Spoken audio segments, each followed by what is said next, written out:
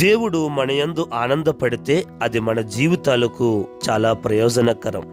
అలా కాకుండా దేవుడే మన యందు దుఃఖపడితే, మనల్ని బట్టి ఆయన బాధపడితే అది మన జీవితాలకు చాలా ప్రమాదకరం.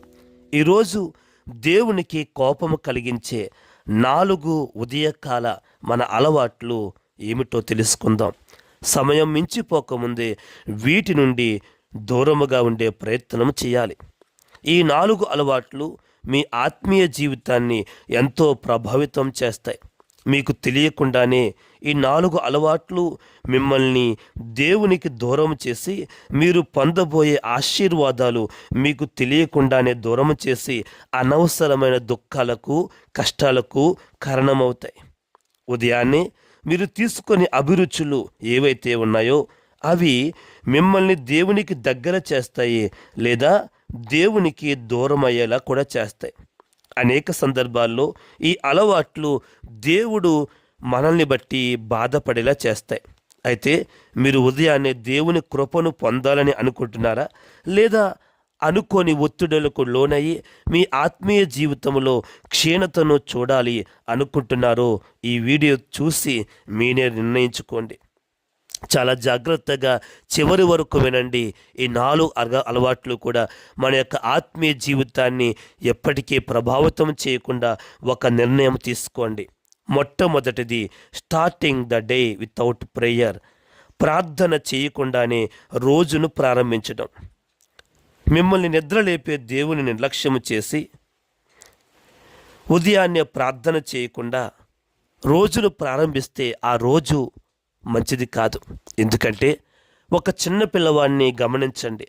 ఆ చిన్న పిల్లవాడు ఆ ఇంటిలో సకల సౌకర్యాలు పొందుతున్నా, ఆ గృహము నీడనిస్తున్నా, ఆహార పదార్థాలు సమృద్ధిగా దొరుకుతున్నప్పటికీ కూడా ఆ పిల్లవాడు ఉదయాన్నే లేవగానే తన తల్లిదండ్రుల దగ్గరికి వెళతాడు. అనగా జన్మనిచ్చిన తల్లిదండ్రులు, సమస్తమును అనుగ్రహించినటువంటి తల్లిదండ్రుల దగ్గరకు వెళ్ళి తన ప్రేమను వ్యక్తపరుస్తూ ఉంటాడు. ఈరోజు ప్రతి ఉదయము కూడా మనము ఎంతమందిమి మన పరమ తండ్రిని దేవుణ్ణి కలుస్తూ ఉన్నాం. దేవునికి ఎంతమంది కృతజ్ఞత చెల్లిస్తూ ఆయనకు సంతోషాన్ని కలిగిస్తూ ఉన్నాం. మనకు ఊపిరినిచ్చి శక్తిని, బలమును, ఆరోగ్యమును ఇచ్చిన దేవుణ్ణి, మరొక ఉదయాన్ని చూసే అవకాశం ఇచ్చే దేవుణ్ణి కలుస్తున్నావా, లేదా దేవుని ప్రక్కన పెట్టి ఏవేవో ఆలోచిస్తూ నీ యొక్క మనస్సులో నెమ్మది లేకుండా జీవిస్తున్నావా ఆలోచించుకో. సామెతల గ్రంథం 3వ అధ్యాయము 6వ వచనంలో గమనించినప్పుడు, నీ ప్రవర్తన అంతటి యందు ఆయన అధికారమునకు ఒప్పుకొనుము, అప్పుడు ఆయన నీ త్రోవలను సరళము చేయను. కాబట్టి ఈరోజు మన జీవితాల్లో మన యొక్క సమస్త ప్రవర్తనలో కూడా ఆయన అధికారానికి మనం ఒప్పుకోవాలి. ఉదయాన్నే దేవుని యొక్క కృపను పొందుకోవాలి. కీర్తన గ్రంథము 5వ అధ్యాయము 3వ వచనంలో దావీదు చెబుతాడు, యెహోవా ఉదయమున నా కంఠస్వరము నీకు వినబడును. కాబట్టి ఉదయాన్నే దేవుని యొక్క సముఖములో దేవునికి మన యొక్క కృతజ్ఞత చెల్లించుకుంటూ ఆయనతో సమయం గడిపితే ఆ రోజు నీవు ఎదుర్కోబోయే పరిస్థితులు అన్నిటినీ కూడా దేవుడు సులభముగా చేయగలడు. ఒక సైనికుని చూడండి. ఆ సైనికుడు ఆయుధము లేకుండా అతడు ఎంత బలముగా ఉన్నప్పటికీ కూడా శత్రువును జయించలేడు. అనగా ప్రార్థనే మన ఆయుధమైతే ఈరోజు ప్రార్థన లేకుండా ఆ రోజును నీవు ప్రారంభిస్తే సాతాను వేసే తంత్రాల్లో నీవు పడిపోతావు, వాటిలో చిక్కుకొని పోతావు. ఈరోజు నేనేమి చేయాలో నాకు తెలుసు అనుకుంటావు, కానీ నీకు తెలియకుండానే సాతాను ఆ రోజు నీకు ముందుగానే ఎన్ని ఉచ్చులు, ఎన్ని తంత్రాలు సిద్ధం చేస్తుందో నీకు తెలియదు. మార్కు సువార్త 1వ అధ్యాయము 35వ వచనంలో మనం గమనించినప్పుడు, యేసుక్రీస్తు ప్రభువారు పెందల కడనే లేచి ఇంకనూ చీకటి ఉండగానే బయలుదేరి అరణ్య ప్రదేశమునకు వెళ్ళి అక్కడ ప్రార్థన చేయుచుండెను అని రాయబడింది. యేసుక్రీస్తు ప్రభువారే అంతగా ప్రార్థన చేసినప్పుడు, ఉదయకాలమున దేవుని సన్నిధిని వెతికినప్పుడు ఈరోజు నీకు నాకు ప్రార్థన ఎంత అవసరమో నీవు గ్రహించాలి. కాబట్టి ఈరోజే ఒక నిర్ణయం తీసుకో. ఉదయకాలమున దేవుని సన్నిధిలో ప్రార్థన చేసే ఒక అనుభవాన్ని, ఒక అలవాటును ఏర్పాటు చేసుకో. నిజమైన దేవుని దీవెన నీవు పొందుకో. రెండవదిగా మనం గమనించినప్పుడు కంప్లైనింగ్ ఇన్స్టెడ్ ఆఫ్ గ్రాటిట్యూడ్, కృతజ్ఞతకు బదులుగా సనుగులు. ఈరోజు ఎంతమంది దేవునికి కృతజ్ఞతతో ఆ దినమును ప్రారంభం చేస్తూ ఉన్నారు? కృతజ్ఞతకు బదులుగా బాధపడడం, తిట్టుకుంటూ లేవడం, ఈ రాత్రి నేను సరిగా నిద్రపోలేదు, నాకు సరిగా నిద్ర రాలేదు, ఈరోజు చాలా పనులున్నాయి, లేదా ఈరోజు నేను ఏ పని చేయలేను, నేను బలహీనంగా ఉన్నాను. ఇటువంటి బలహీనపు మాటలతోనే దినమును ప్రారంభం చేస్తున్నామా? ఆలోచించుకోవాలి. ఈ విధముగా కంప్లైనింగ్ చేయడం అనేది అమాయకత్వం కాదు, ఇది ఒక ఆత్మీయ సమస్య. ఇటువంటి మాటలు దేవుని కృపను, ఆయన శక్తిని, ఆయన బలమును తక్కువ చేసి సాతానుకు నీ జీవితంలో అవకాశం ఇచ్చేవిగా ఉంటాయి. కాబట్టి ఈ విధమైన వ్యతిరేక మాటలకు మనము స్వస్తి చెప్పాలి. ఫిలిప్పీలకు రాసిన పత్రిక 2వ అధ్యాయము 15వ వచనంలో మనం చూసినప్పుడు, సనుగులను సంశయములను మాని సమస్త కార్యములను చేయుడి. అలాగే పాత నిబంధన గ్రంథములో సంఖ్యాకాండము 14వ అధ్యాయము 27వ వచనంలో మనం గమనించినప్పుడు, ఇశ్రాయేలు ప్రజలు దేవునికి వ్యతిరేకముగా సనిగారు. ఆ సనుగులను దేవుడు విన్నాడు, ఆయన ఎంతగానో బాధపడ్డాడు. ఆయన చేయబోయే మేలును చేయడానికి వారి సనుగులు ఎంతో అడ్డు వచ్చాయి. కాబట్టి ఈరోజు ఉదయకాలమున నీవు సనుగుతూ దినమును ప్రారంభిస్తే ఆ సనుగులే నీవు ప్రతిఫలంగా పొందుకుంటావు. లేదా స్తుతితో, ఆరాధనతో, సంతోషముతో దినమును ప్రారంభిస్తే ఆ సంతోషమే, ఆ ఆశీర్వాదమే నీ జీవితంలో ఆ రోజంతా కూడా ఉంటుంది. ఉదాహరణకు, ఒక తల్లి తన బిడ్డకు ఉదయకాలపు టిఫిన్ చేసినప్పుడు ఆ బిడ్డ ఆ యొక్క టిఫిన్ తింటూ ఆనందపడుతూ ఉంటుంటే తల్లి ఆనందపడుతుంది. అలా కాకుండా ఆ బిడ్డ తినకుండా సనుగుతూ ఇది బాగలేదు అన్నప్పుడు తల్లి ఎంతో బాధపడుతూ ఉంటుంది. కాబట్టి నీ మాటలే నీ భవిష్యత్తును నిర్ణయిస్తాయి అనే విషయాన్ని జ్ఞాపకం చేసుకోవాలి. తెస్సలోనికైలకు రాసిన మొదటి పత్రిక 5వ అధ్యాయము 18వ వచనంలో ఈ విధంగా రాయబడుతుంది, అన్ని విషయములలో కృతజ్ఞతలు చెల్లించాలి. కాబట్టి ప్రతి పరిస్థితుల్లో కూడా దేవునికి కృతజ్ఞత మనం చెల్లించాలి.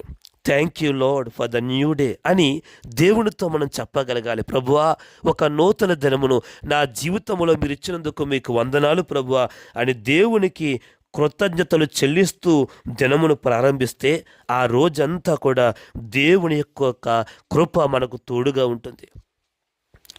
అలాగే మూడవదిగా, fill your mind with worldly distractions. అంటే ఈ లోక సంబంధమైనటువంటి విషయాలతో మన హృదయాన్ని నింపుకోవడం. ఈరోజు ఉదయకాలం లేవగానే మన యొక్క మొబైల్ ఫోన్ తీయడం, ఆ మొబైల్ ఫోన్ని స్క్రోల్ చేస్తూ ఏమేమి నోటిఫికేషన్స్ వచ్చాయా, ఎవరు వాట్సాప్లో మెసేజ్ పంపించారా, లేకపోతే ఎవరు నేను వాట్సాప్లో పెట్టే స్టేటస్ను చూసారా, ఎంతమంది ఆ స్టేటస్ను చూశారు, ఈ రకమైనటువంటి ఒత్తిడులు మన జీవితంలో దేవుని యొక్క ఆశీర్వాదాన్ని పొందకుండా సైతానుకు అవకాశం ఇస్తూ ఆ రోజంతటిని కూడా సైతాను మన జీవితాన్ని నడిపించేవిగా అవకాశం ఇస్తూ ఉన్నాయి. మత్తయి సువార్త 6వ అధ్యాయము 33వ వచనంలో ఈ రీతిగా రాయబడింది, ఆయన రాజ్యమును నీతిని మొదట వెదుకుడి, అప్పుడు అవన్నీ మీకు అనుగ్రహించబడతాయి. ఈరోజు రెండవదిగా కాదు, మొదటిగా ఆయన రాజ్యమును వెతకాలి, ఆయన నీతిని వెతకాలి. అప్పుడు సమస్తమైనవి కూడా ఆయన అనుగ్రహించే దేవుడు.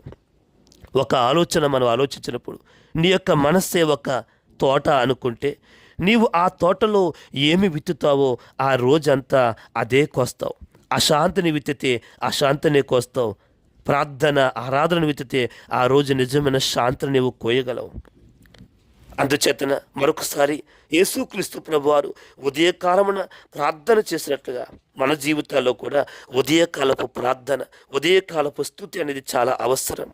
ఒకవేళ ఉదయాన్నే నీవు నిద్రలేచి న్యూస్లో ఒక క్రైమ్ సీన్ కానీ, ఒక మరణము, ఒక యాక్సిడెంట్ కానీ నీవు చూసినప్పుడు ఆ రోజంతా కూడా నీ యొక్క హృదయం అంతా కూడా భయముతో, వ్యాకులముతో నిండిపోద్ది. ఏ పని చేయాలన్నా సరే భయము అనేది నేను వెంబడిస్తూ ఉంటుంది. ఇది సాతాను వేసే ఒక తంత్రం.